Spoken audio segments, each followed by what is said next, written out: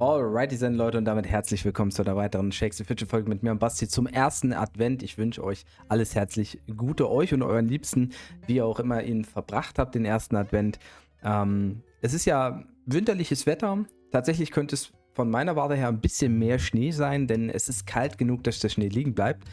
Ja, und für Emma würde ich mich natürlich da freuen, wenn man da auch auf allen Fußwegen mit dem Schlitten langfahren kann. Das geht derzeit bei uns noch nicht, aber ich bin auch froh, dass es nicht noch kälter ist. Das muss nämlich auch nicht sein. Ja, und zu jedem Advent habe ich mir eine kurze, so einen kurzen Real Talk vorgenommen. Gegebenenfalls auch gepaart mit einem Giveaway. Hier am Ende des Videos wird ein Giveaway ausgelost vom letzten Mal, was ich gemacht habe, um 10 Euro. Denn, ja, es gibt ein paar Sachen zu sagen von meiner Warte. Und das erste ist in diesem Video Uncut. Ich freue mich für euch. Ich freue mich für die Shakes and Fidget Community extrem. Und das hat hauptsächlich mit zwei Sachen zu tun. Einerseits wegen Playa, andererseits wegen den Content Creatoren. Und dazu möchte ich natürlich auch noch mal kurz was sagen. Parallel versuche ich, da es ja Uncut ist, noch hier ein bisschen zu questen. Aber das Video soll auch nicht zu lang werden. Also ich behalte mir vor, diese Videos relativ kurz zu halten. Macht halt auch am meisten Sinn irgendwo. 10 Millionen XP ist natürlich eigentlich relativ fett. Aber ich nehme die kurze Quest. Und zwar, ja, wegen Playa. Brauche ich gar nicht so viel sagen. Der allgemeine Content, ja, den habe ich ja, oder ich sag mal, die allgemeine Entwicklung habe ich ja auch schon beleuchtet über Videos und habe da auch viel positive Meinung von euch bekommen.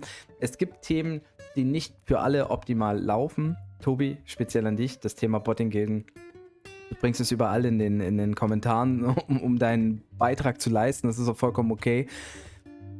Es ist offiziell noch keine andere Aussage da, außer die es da schon gab. Das ist nicht, dass es zu schwer ist zu tracken.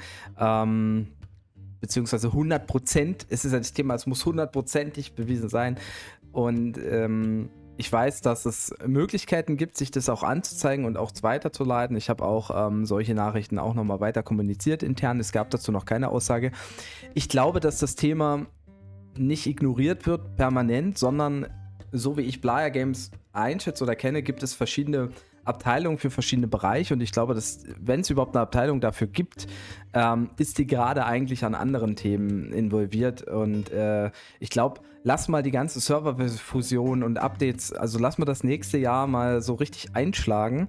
Da ist ja eine Menge geplant, eine Menge angekündigt worden. Dann könnte ich mir vorstellen, wird das Thema sich vielleicht mehr oder weniger über die Zeit hin auch lösen oder lösen lassen.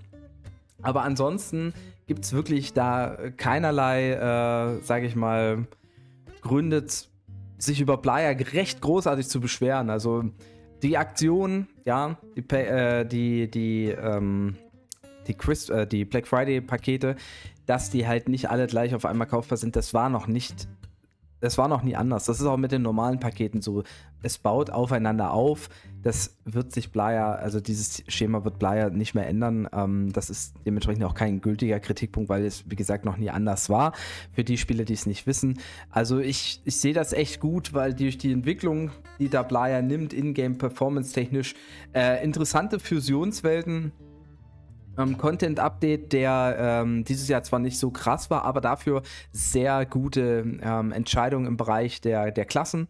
Der Necromancer ist ja an sich auch sehr gut angekommen, auch wenn er vielleicht nicht so stark ist, wie es manche angenommen hat im Early Game, aber hey, es gibt extrem viele Aufholer zu der Klasse. Es gab es noch nie so offiziell, eben auch durch die Einführung der Statistiken. Ja? Also das hat auch dazu beigetragen, weil viele wollen natürlich ihren Necromancer in den Statistiken sehr weit oben sehen. Es ist roundabout sehr, sehr rund mit den Twitch-Drops. Das hat relativ gut funktioniert. Also ich habe das eigentlich alles schon mal gesagt. Ich freue mich für die Shakes and Fidget Community, aber weil wir haben ein gutes, flüssiges Game über das Jahr hin, keine ganz krassen Geschichten. Da gab es andere Jahre. Also ich kann mich zumindest nicht dran entsinnen. Die Performance auch, sage ich mal, über das ganze Jahr hinweg gesehen, eigentlich gut also zumindest gut gelaufen und das ist halt schön, das ist eine Basis, wo es halt Spaß macht, wenn man das Spiel wieder spielt oder wenn man wieder reingekommen ist in das Spiel. Klar haben manche Leute auch aufgehört, aber wir haben im Moment einen sehr guten Mix noch an Spielern, die das Spiel schon sehr lange spielen und Spielern, die neu reingekommen sind oder die eben eine lange Pause hatten und jetzt wieder spielen. Das ist eine sehr, sehr gute Balance. Und das liegt zum Teil aber auch, und das muss ich jetzt mal sagen, ich habe noch nebenbei gerade PUBG, ich hoffe, Falls es geruckelt hat, lag es daran, weil ich noch ein anderes Game nebenbei offen hatte. Das liegt aber auch an den Content-Creatoren. Und ich kann jetzt hauptsächlich erstmal für Deutschland sprechen. Die Community in den anderen Ländern ist ja auch schon echt groß. Da gab es auch ein Event, ich weiß gar nicht, wie gut es läuft. Aber im deutschen Bereich haben wir dieses Jahr so viele mehr Content-Creator bekommen, die nicht nur durch reines Gameplay halt auftrumpfen, sondern wirklich mit verschiedensten Ansätzen das Game bereichern. Wir haben halt die festen Größen auf YouTube, Dorsa, feste Größe. Auch zu den Content-Creatoren hätte ich vor, nochmal einen eigenen Real Talk zu machen.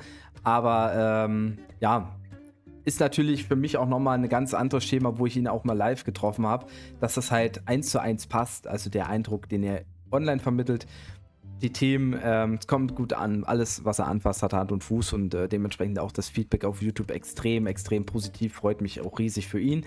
Dann haben wir aber eben auch Content-Creatoren zum Beispiel wie den Gorgos, der eben auch andere oder das Spiel auf eine andere Weise betrachtet. Auf seinem Kanal mit seinen Zuschauern ist mega ein gehyptes Thema ist, dass er halt mal Pilze nutzt. Also das würde es bei mir gar nicht geben, weil es für mich oder für meine Zuschauer normal ist, dass ich Pilze ausgebe. Ne? Das finde ich so richtig schön auch, dass es diese Facetten gibt. Das sind jetzt nur Beispiele. Es gibt noch mehr Content-Creatoren. Für mich gehört auch der Sergio Kurai dazu, der aber eben leider in diesem Jahr tatsächlich mit sehr vielen oder einer sehr großen traurigen Begebenheit zu tun hatte. Also ich glaube und ich hoffe, dass wir dann nächstes Jahr auch von ihm dann auch wieder mehr sehen können und werden, aber das muss natürlich ganz alleine er entscheiden, ist klar. Aber vor allen Dingen auch auf Twitch und da ist da klar der offizielle Twitch-Stream Moson mit seinem Stream Tuny Ghost, mit seinem Stream extrem riesige Community um sich scharend, aber nicht nur dann Shakes and Fidget spielen, sondern auch so dieses Thema miteinander reden, miteinander abhängen, was ja das Streaming auch ausmacht, das leben die dort richtig und das finde ich richtig gut. Das ist teilweise noch stärker als halt ein Daily YouTube-Video, weil man einfach auch da 5-6 Stunden am Stück dranhängen. Das funktioniert sehr gut, das funktioniert sehr gut für die Community und das ist auch sehr wichtig für Bindungen an, allein wenn man sieht, die Projekte, die Tuny da eben schon im letzten Jahr aufgestellt hat. Gildentechnisch bei EU5 bin ich ja passiv dabei. Durch die Order 66 ist es wirklich auch extrem krass, wie er das umgesetzt hat. Auch wie gehypt Gildenkämpfe sein können. Das habe ich auf YouTube schon versucht. Das kannst du auf YouTube gar nicht so gut rüberbringen, wie du das auf Twitch bei ihm sehen kannst aktuell. Aber auch zum Beispiel El Chefe, der regelmäßig seine Vormittagsstreams macht. Manchmal gucke ich da einfach nur rein und dann sieht man einfach nur so einen Hut. Man sieht ihn gar nicht, er redet, man sieht nur seinen Hut. Und dann ist das aber auch richtig fein, weil da eigentlich auch einfach auch viel rüberkommt. Das ist auch sehr positiv zu erwähnen. Und dann muss man auch sagen, auf YouTube-Basis nach wie vor jemand, den man niemals unterschätzen sollte, Belligar, der sein Ding macht, der das gut aufsetzt, sehr sympathisch ist. Und vor allen Dingen im Moment Basi, der ja wirklich, weiß ich nicht, extrem geil im Hype ist. Auch er bringt ja ganz andere Facetten rein, geht viel deeper in die Statistiken, als ich das je konnte. Und ich das ja nur hauptsächlich serverbasiert mache. Und er halt overall, auch mit Prognosen. Da finden sich auch viele High-Level-Spieler wieder, die das gerne anschauen, aber auch neue Spieler, die seinen Inhalt gern verfolgen. Das ist richtig gut gemacht. Also roundabout, abschließend bleibt mir zu sagen, dass einfach im Moment die Shakes and Fidget Community durch ein gutes Spiel, durch ein solides, laufendes Spiel mit relativ guten Entscheidungen über das ganze Jahr hinweg gefüttert wurde und dann gleichzeitig aber auch mit extrem variablen, sympathischen, lustigen Content von verschiedensten Ebenen zu verschiedenen Zeiten. Und das gab es, glaube ich, in dieser Menge und in dieser qualitativen Hinsicht nicht.